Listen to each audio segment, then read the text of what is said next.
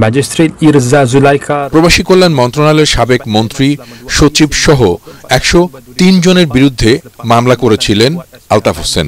তিনি নিজেও একটি রিক্রুটিং এজেন্সির মালিক, যার নাম আফিয়া ওভারসিজ।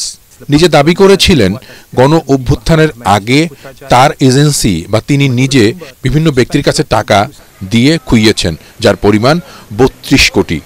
এই টাকা ফেরতের দাবি নিয়েই মামলা করেছিলেন মূলত আলতাফ হোসেন, এবং জানিয়ে রীতিমতো শোরগোল পড়ে যায়। দেশের বিভিন্ন গোয়েন্দা সংস্থাও খুঁজতে থাকে তাকে। ব্যবসায়ীদের পক্ষ থেকেও নানা অভিযোগ দেয়া হয় বিভিন্ন সংস্থায়।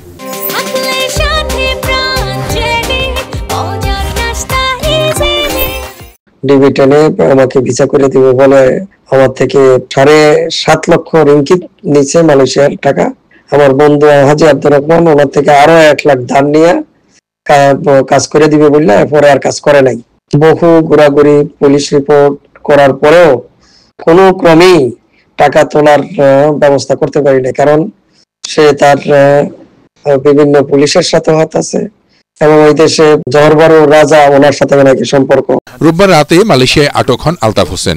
দেশটির দুর্নীতি দমন কমিশন MSSCর গোয়েন্দারা তাকে ধরতে আগে থেকেই ওত পেতেছিলেন সেখানে। ক্লাং উপত্যকায় অভিযান চালিয়ে তাকে গ্রেপ্তার করা হয়।